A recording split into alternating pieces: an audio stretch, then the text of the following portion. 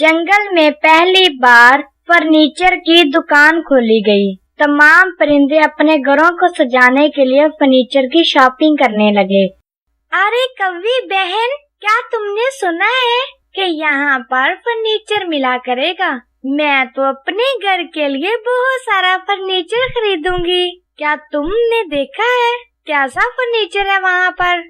अरे तुम देखा की बात कर रही हो? कालू जी ने तो मुझे दिलवा भी दिया है। तुम गरीब चिड़िया अभी तक सोच ही रही हो। अरे मैंने बहुत ही खूबसूरत सोफे और बेड खरीदा है, और हाँ, उसके साथ साथ बहुत अच्छा शॉपिंग मॉल भी था, तो मैं वहाँ से अपने लिए रंग बिरंगे पर्स भी लाई हूँ। क्या तुम्हें नहीं पता गरीब चिड़िया? गोरी कौवी बहुत ही मगरूर तरीके से बात करती है, जबकि टोनी को सुनकर बहुत ही बुरा लगता है। वो इसकी बातों को दिल पर ले लेती है और जाकर सारी बातें अपनी रंगीली दोस्त से करती है। अरे रंगीली, बहुत ही बुरा लगा।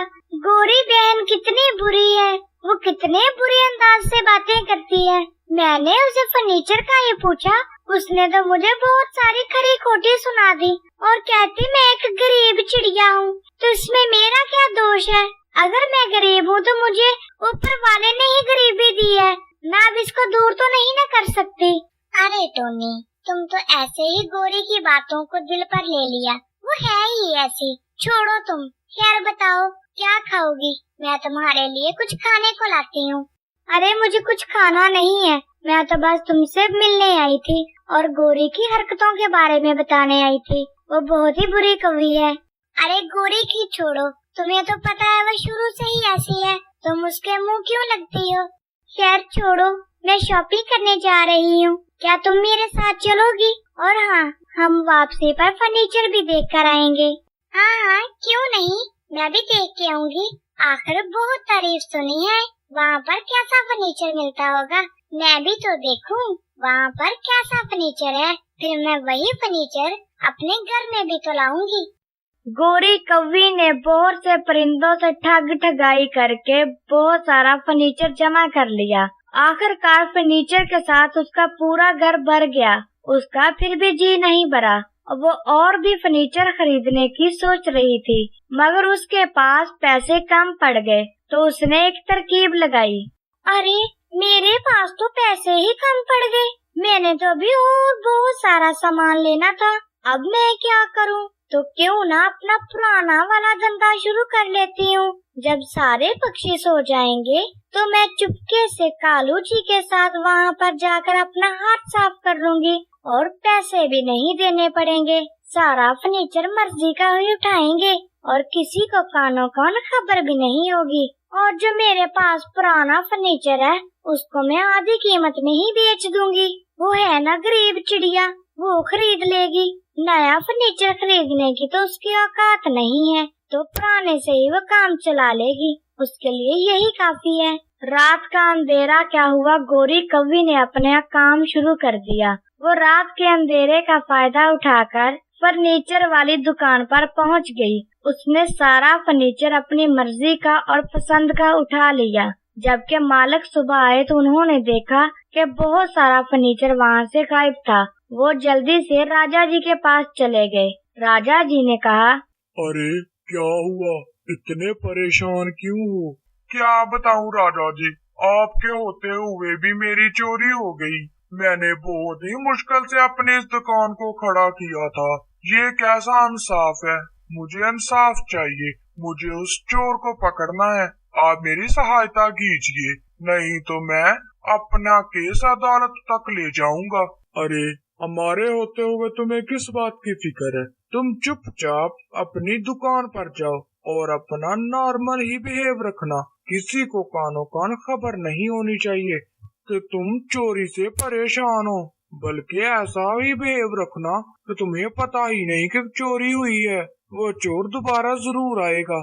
अच्छा ठीक है राजा जी, अगर चोर ना मिला तो आप मेरे सारे नुकसान की भरपाई करोगे। अरे परेशान ना हो, अगर चोर ना मिला तो मैं तुम्हारा सारा नुकसान भर दूंगा। अब चुपचाप जाओ यहाँ से।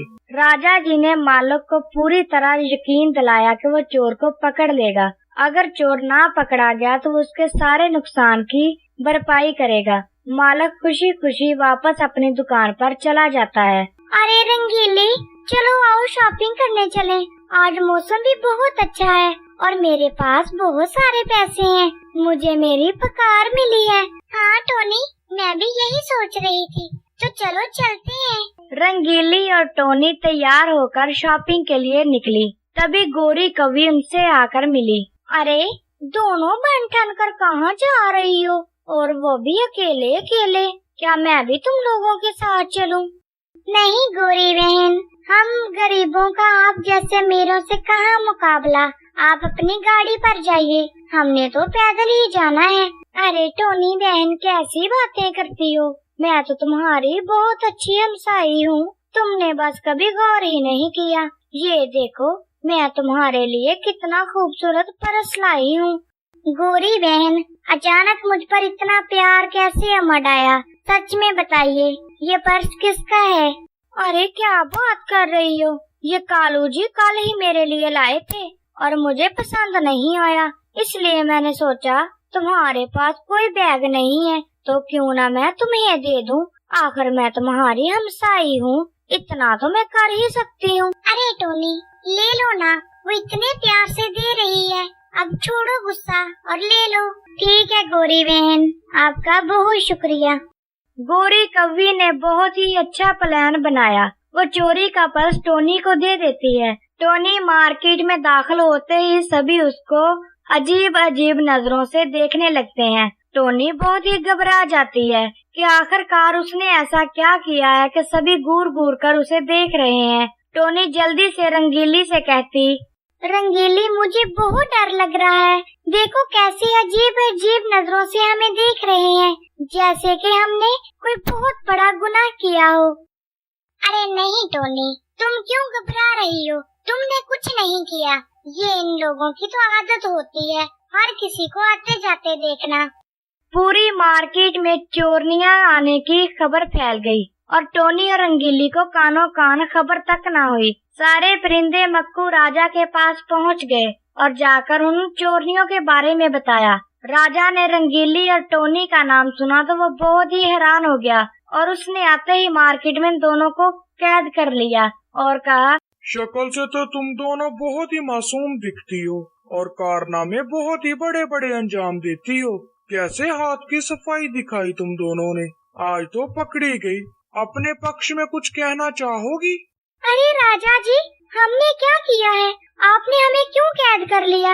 आप तो अच्छे से जानते हैं, मैं आपके घर पर बरसों से काम कर रही हूँ। मैंने कभी भी आपके घर पर कोई चोरी नहीं की, तो फिर आज मार्केट में चोरी कैसे कर सकती हूँ? अच्छा, तुम चोरी नहीं कर सकती तो तुम्हारे पास ये पर्स कहाँ से आया? ये मेरी साथ वाली शॉप से है, तूने चोरी किया है तो बताओ, ये पर्स तुमने कहाँ से लिया? अरे ये पर्स तो हमें गोरी कौवी ने दिया था।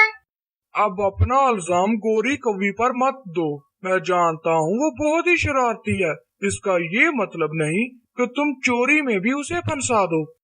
नहीं नहीं राजा जी, रंगीली बिल्कुल सच कह रही है, हमारा यकीन कीजिए। आज हम जब मार्केट के लिए निकल रहे थे तो गोरी बहन आई थी और उसने बोला कि ये पर्स कालू जी कल ही उसके लिए लाए थे और उसे ये पसंद नहीं आया, इसलिए वो मुझे दे गई। जाओ गोरी बहन को बुला कर लाओ। अगर ये बात सच हुई तो गोरी को सजा मिलेगी, अगर झूठ हुई तो टोनी और रंगीली दोनों को फांसी दी जाएगी। राजा जी ने रंगीली चिड़िया और टोनी चिड़िया को चेतावनी दे दी कि अगर वो झूठी हुई तो उनको फांसी दे दी जाएगी। टोनी चिड़िया और रंगीली चिड़िया दोनों बहुत ही घबराई हुई थी कि अगर गोरी कौवी ना मानी तो उनका क्या होगा। जैसे ही गोरी कौवी आई तो उसने आते ही चिल्लाना शुरू कर दिया, अरे ओ चोरनियां कहीं की, अपना इल्जाम मुझ पे क्यों दे रही हो? मैंने कोई चोरी वोरी नहीं की, ये झूठ बोल रही है राजा जी। मैं कालू जी का लाया हुआ तोहफा इनको क्यों दूंगी? ये बहुत ही झूठी हैं। मैंने इनको कोई तोहफा नहीं दिया। ये दोनों मुझसे नफरत करती हैं, इसलिए मुझे फंसाना चाहती हैं। ये झूठ बोल रही है राजा जी, मैंने खुद देखा इसको टोनी को पर्स देते हुए, मैं भी साथ ही थी। अरे ओ चिड़िया, तुम दोनों ने मिलकर चोरी की है। और क्या सबूत है कि ये पर्स गोरी ने ही तुम्हें दिया था? और बाकी का सारा सामान किधर है जो तुम दोनों ने चोरी किया था? चुपचाप वो सारा सामान हमारे हवाले कर दो, हम तुम लोगों को छोड़ देंगे और आइंदा कभी चोरी मत करना। ये हम आप लोगों को वार्निंग देंगे अगर आप हमें सारा सामान वापस कर दो तो। अरे राजा जी, कैसी बातें कर रहे हैं? हमारे पास कोई सामान नहीं है।